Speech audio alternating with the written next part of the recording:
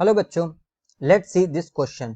The question says a flat coil of 500 tons each of area 50 cm square rotates in a uniform magnetic field of 0.14 Weber per meter square about an axis normal to the field at an angular speed of 150 radian per second.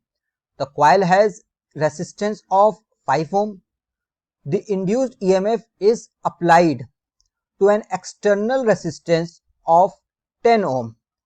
The peak current through the resistance is 1.5 ampere, 2.5 ampere, 3.5 ampere और 4.5 ampere की concept.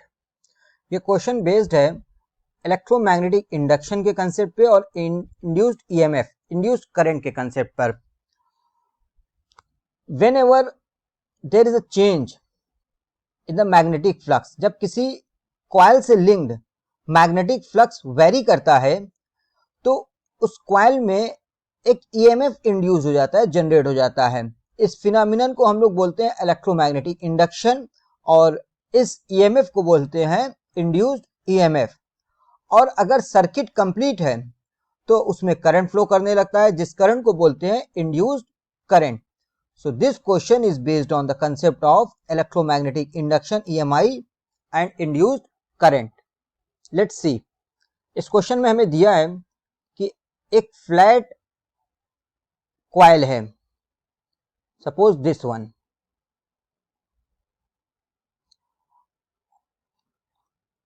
और इसके पास number of turns है 500 और इसका area है 50 centimetre square, या हम लिख सकते हैं 50 इंटू 10⁻⁻⁴ मीटर स्क्वायर। और ये कॉइल रोटेट कर रहा है किसी यूनिफॉर्म मैग्नेटिक फील्ड बी में, B is equal to 0.14 weber per metre square. Coil rotate कर रहा है मैग्नेटिक फील्ड से परपेंडिकुलर किसी एक्सिस के about. Suppose this one is the magnetic field, uniform magnetic field, and this is the axis of rotation.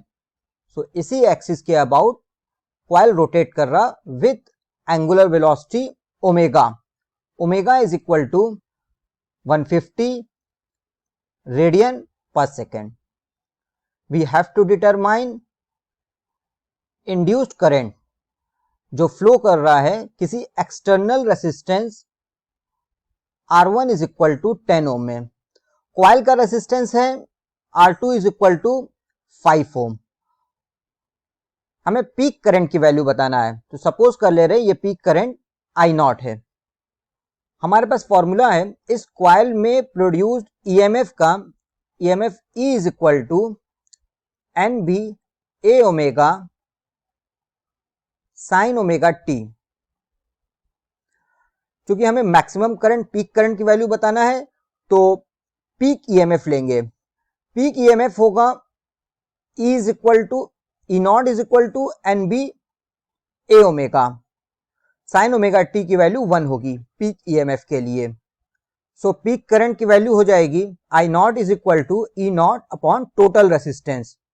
यहां total resistance होगा क्योंकि coil का रेसिस्टेंस और एक्सटर्नल रेसिस्टेंस दोनों सीरीज में है, इसलिए टोटल रेसिस्टेंस हो जाएगा इंडिविजुअल रेसिस्टेंस के सम के equal R1 plus R2, that means 10 plus 5 and this equal to 15 Om.